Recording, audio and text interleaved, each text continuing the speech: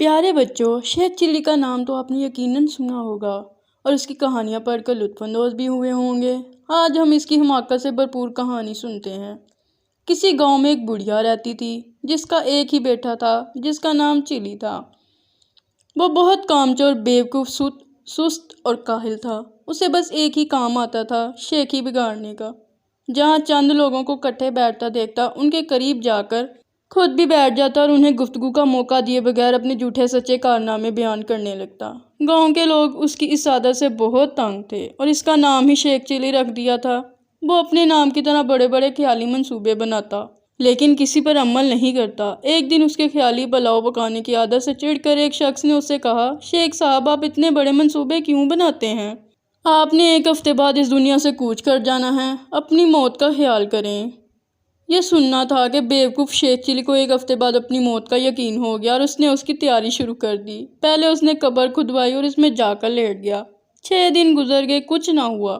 7ویں روز شیخ چلی نے سوچا کہ اس شخص کے بتائے ہوئے ایک آخری ہفتے کا آخری دن ہے، شاید اب موت کا فرشتہ آنے والا ہے۔ وہ یہ سوچ ہی رہا تھا کہ اس کے کان میں آواز پڑی، اگر کوئی اللہ کا نیک بندہ انڈے کی ٹوکری میرے گھر پہنچا دے تو میں اسے اجرت میں ایک اشرفی دوں گا۔ شیخ چلی اشرفی کا نام سن کر قبر سے باہر نکل آیا اور انڈے کی ٹوکری اٹھا کر سر پر رکھ لی۔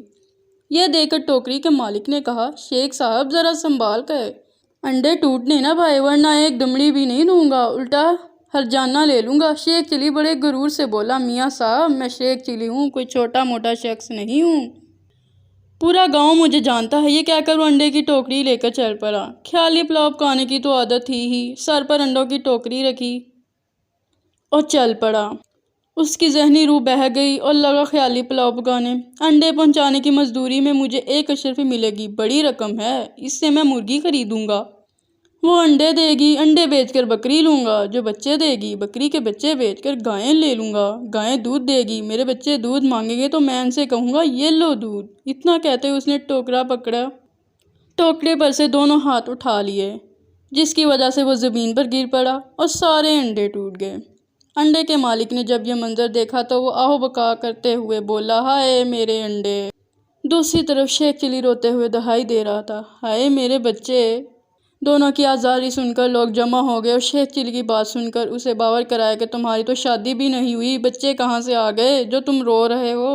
ہاں، انڈوں کے مالک کا تم نے جو نقصان کیا ہے اس کا ہرجانہ تمہیں دینا پڑے گا۔ بات شیخ چلی کی ماں تک پہنچی۔ اس نے وہاں آ کر ہرجانے کی رقم ادا کر کے شیخ چلی کی خوب کلاس لی۔